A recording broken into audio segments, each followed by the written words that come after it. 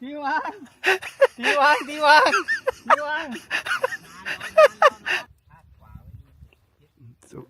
สู้ไหมโป ดูดิครับระยะข้ามน้ำอยู่แล้วถ้าโดนนะ เหลือเท่าไหร่เนี่ย 208ขึ้นเนินอีกก็210กว่า20 208 หลาไม่ใช่280 208 ล้าน เอามาดูครับท่านผู้ชม ผมไม่5นี่นะ ตัวลูกจะพุ่งหน้ามันทิ่ม ท่านผู้ชมครับมาให้กำลังใจโปรคิดครับ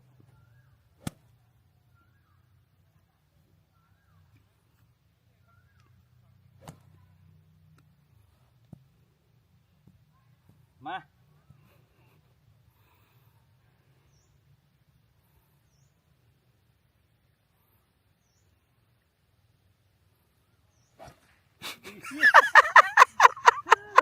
ทีวาง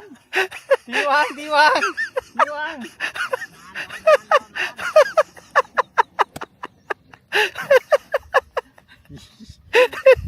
ฟาด